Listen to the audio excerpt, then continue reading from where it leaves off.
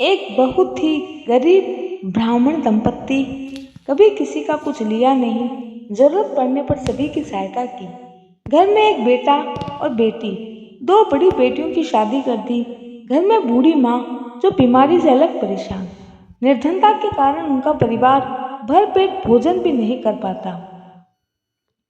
मांग जांच कर अपना काम चलाते, दिन भर मांगे तो दिया भर पावे, रात भर मांगे तो भी दिया भर ही पावे। ब्राह्मणी उपलब्ध आटे से रोटी बनाकर अपनी अम्मा, बेटे और बेटे को खिला दे, स्वयं संतोष करके रह जाए। किसी तरह बेटे का विवाह हुआ, बहू घर आई, उसके आगे भी यही हाल चलता रहा। गरीबी का ये रूप देखकर उसके मुंह से एक ही बात निकलती, न जाने कौन से जन्म के पाप हैं कि अन्न के भी लाले पड़ गए। एक दिन पड़ोसन बोली, जगन्नाथ जी के घर से कोई खाली हाथ नहीं लौटा, क्यों न पूजा करवा के जगन्नाथ जी हो आओ। जगन्नाथ स्वामी का नाम लेकर उनकी पूजा घर में करो। हम लोगों का एक वक्त का खाना भी जुगाड़ नहीं हो पाता, जगन्नाथ जी की पूजा कहाँ से करेंगे, कुछ बरकत ही नहीं रहती। जगन्नाथ पूजा तो दूर की बात है, तिल मिलाई हुई अम्मा बोली। लेकिन ब्राह्मण पत्नी को न जाने क्यों जगन्नाथ जी पर विश्वास हुआ और वह किसी तरह पूजा का जुगाड़ करके घर में अच्छे दिन जगन्नाथ जी की पूजा रखवाई।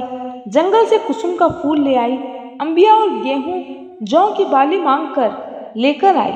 किसी तरह उनके नाम की मटकी भरी। उनके पति दुर्बल ब्राह्मण जगन्नाथ स्वामी की यात्रा को तैयार हुए। ब्राह्मणी कहने लगी, रास्ते में अपनी लड़कियों से मिलकर कह देना, जगन्नाथ जी जा रहे हैं, जो कुछ संदेश हो कह दो और जगन्नाथ जी के भोज का निमंत्रण दे। ब्राह्मण ने ऐसा ही किया। पहले वह बड़ी लड़की के यहाँ गए, वो घर पर नहीं थी। गरीबी के कारण मजदूरी करके पेट पालती लड़के बाहर खेल रहे थे। ब्राह्मण ने उन बच्चों से कहा, जाओ अपनी माँ को बुला लाओ, कह दो नाना आए हैं। बच्चे बड़े खुश हुए, वह दौड़ कर गए, अपनी अम्मा को बुला लाए। ब्राह्मण की बेटी बिल्कुल अपने पिता जैसी भक्ति से पूर्ण सेवा भक्त थी। वह प्रसन्न होकर घर आई, किसी तरह सामान लाई और बड़े प्रेम से अपने पिता के भोजन का प्रबंध किया और चली गई। उस ब्राह्मण ने भोजन किया, बच्चों को कराया और कुछ भौरी कठौती की नीचे मूंद कर रख दी। बच्चों से कहा, इन्हें अपनी अम्मा को खिला देना, हम जगन्नाथ यात्रा पर जा रहे हैं, तुम सब भोज में जरूर आना। वह अपनी यात्रा पर चले गए। इधर बड़ी लड़की आई, लड़कों ने उससे नाना का समाचार कहा, किंतु लड़के फिर भोजन का आग्रह करने लगे। उसने कठौती खोली, सब भौरियां सोने की हो गई थी। वह बहुत खुश हुई, उनके घर लक्ष्मी आई। ब्राह्मण आगे अपनी छोटी लड़की के यहाँ गए, वहां भी उन्होंने वैसा ही कहा, लेकिन छोटी लड़की ने उनका सम्मान नहीं किया और कुवाच्य भी बोली। खैर, ब्राह्मण संतोष करके आगे बढ़े। जाते समय जगन्नाथ जी के भोज का न्योता दिया। रास्ते में नदी नाले मिले जो भारी वर्षा में भी मिलते नहीं थे। उन्होंने पूछा, ब्राह्मण देवता कहाँ जा रहे हो? ब्राह्मण ने कहा, जगन्नाथ धाम। तब नदी नाले बोले, हमारा संदेश कह देना और कहना, इतनी बारिश होती है, इतना पानी भरता है, लेकिन हम दोनों कभी मिलते क्यों नहीं? ब्राह्मण ने कहा, अच्छा ठीक है, बोल दूंगा। आगे चले तो बाल का बंधा हाथी मिला। उसने कहा, इतना भारी शरीर और बंधा हुआ बाल से, भला ऐसा क्यों? मुझे इससे छुटकारा कब मिलेगा? आगे चले तो एक जन बोझ से लदा आदमी था। बोला, मुझे मेरे इस काम से छुटकारा कब मिलेगा? और आगे चला तो एक आम का पेड़ मिला। वह फलता फूलता और पकने के समय कीड़े लग जाते। उसने कहा, महाराज कहाँ जा रहे हो? ब्राह्मण ने अपना गंतव्य स्थान बताया। तब आम का पेड़ बोला, हमारा भी संदेश कह देना। ब्राह्मण ने कहा, अच्छा ठीक है। सभी संदेश लेकर जगन्नाथ जी पहुँचे। वहाँ जगन्नाथ स्वामी की माया से ब्राह्मण को उनका द्वार ही न मिले। बहुत दुखी हुए। रास्ते में एक ब्राह्मण मिला। पूछा, बाबा कहाँ जा रहे हैं? कहा, हम तो जगन्नाथ स्वामी के दर्शन करने आए हैं, लेकिन हमें राह नहीं मिल रही। ब्राह्मण रूप में आए देवता ने कहा, यहाँ तो जल ही जल बह रहा है, मंदिर कहाँ है? इतने में दुर्बल ब्राह्मण ने कहा, हम तो दर्शन करने आए थे, दर्शन करके ही जाएंगे और उसी बहते जल में गिर पड़ा। उनको स्वयं जगन्नाथ स्वामी ने आगे बढ़कर उठा लिया। कहने लगे, यही जगन्नाथपुरी है, हम जगन्नाथ स्वामी हैं। ब्राह्मण उनके चरणों में गिर पड़ा, ऐसे रोने लगा मानो एक बच्चा अपने पिता के आगे रोता है। अपने अपराधों की क्षमा मांगी, अपना सारा दुख कह सुनाया। जगन्नाथ स्वामी ने उनके 5 बेंत मार दिए और कहा, अच्छा अब जाओ, जो गलत किया उसकी सजा मिल गई। ब्राह्मण दुखी मन से लौट पड़ा। सोचने लगे, हमको तो जगन्नाथ स्वामी ने कुछ भी नहीं दिया। लौटने लगे तो उल्टा वह गूंगे, बहरे और अंधे हो गए। उन्हें कुछ सूझ नहीं रहा था। फिर वही जगन्नाथ स्वामी ब्राह्मण देवता के रूप में आगे खड़े हो गए। बोले, तुम कहाँ जा रहे हो? दुर्बल ब्राह्मण ने कहा, हम तो जगन्नाथपुरी गए थे, लौटने में हमारी ये दशा हो गई।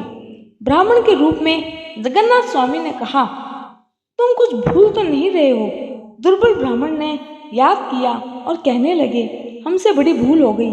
अपने दुख के चक्कर में हम तो उन सभी का दुख आपको बताना ही भूल गए जो हमें रास्ते में मिले थे। बहुतों ने हमसे अपने संदेश कहे थे। जगन्नाथ जी ने कहा, चलो फिर उनके संदेश कहो। वहां पहुंचकर सबसे पहले उन्होंने अपना ही हाल कहा, फिर सभी की दशा और संदेश सुनाया। जगन्नाथ स्वामी ने कहा, हमने तुम्हारे 5 बेंत मार दिए हैं, उससे सब अपराध क्षमा हो गया। और यह बेंत ले जाओ, जिनके संदेश तुम लाए हो उनके 5-5 बेंत मार देना और यह अक्षत छिड़क देना, अपराध क्षमा हो जाएगा। और सबका कारण समझाने लगे। पूर्व जन्म की ये नदी नाले देवरानी जेठानी थी। इन्होंने परस्पर प्रेम नहीं किया, एक दूसरे का बायल नहीं लौटाया, इसलिए इस जन्म में नदी नाले बनकर अलग अलग है। बाल का बंधा हाथी, ये फूहड़ स्त्रियां हैं जो बाल झाड़ते समय कंघा साफ करके नहीं रखती, इसलिए ऐसी दशा में है। बोझ से लदा आदमी पूर्व जन्म का अभिमानी वेश्य है। इसने अपने अहंकार में दूसरे को कुछ नहीं समझा, इसलिए इनका ये हाल है। आम का पेड़ पूर्व जन्म का संपन्न आदमी है, कभी दूसरों को छाया नहीं दिया, अर्थात अपनी संपत्ति का दान नहीं दिया। अब तुम जाओ, तुम्हें समय पर घर पहुंचना है। जगन्नाथ जी के मुख से ये सभी बातें सुनकर दुर्बल ब्राह्मण वहां से लौटे। सभी के 5-5 बेंत मार दिए, अक्षत छिड़क दिए और कहा, तुम्हारे अब सब अपराध क्षमा हो गए। अब वह अपनी बड़ी लड़की के यहाँ गए, उसको जगन्नाथ स्वामी का प्रसाद दिया और न्योता दिया। अपनी बड़ी लड़की को धन धान्य से संपन्न देखकर बड़े खुश हुए। छोटी लड़की के यहाँ जाकर यही व्यवहार किया, लेकिन उसे अपनी गृहस्थी में परेशान देखकर दुखी हो गए। लौटकर घर आए, ब्राह्मणी बहुत प्रसन्न हुई। जगन्नाथ स्वामी की कृपा से उनके बुरे दिन मिट गए। उन्होंने धूमधाम से जगन्नाथ स्वामी की पूजा और भोज किया। दोनों लड़कियां आई। बड़ी लड़की के सामने जो कुछ परोसा जाए वो अच्छा रहे, छोटी लड़की के पत्तल में सब राख मिट्टी हो जाए। छोटी लड़की बहुत चिंतित हुई। उसने कहा, हमारे पिता हमारे साथ दुर्भाव रखते हैं। ब्राह्मण दुखी हुए। उन्होंने लड़की को समझाया, पर वह नहीं मानी। विदा का समय आया, दोनों का समान रूप से मान सम्मान हुआ, लेकिन छोटी लड़की को जो सामग्री विदा के समय दी गई वह राख मिट्टी हो गई।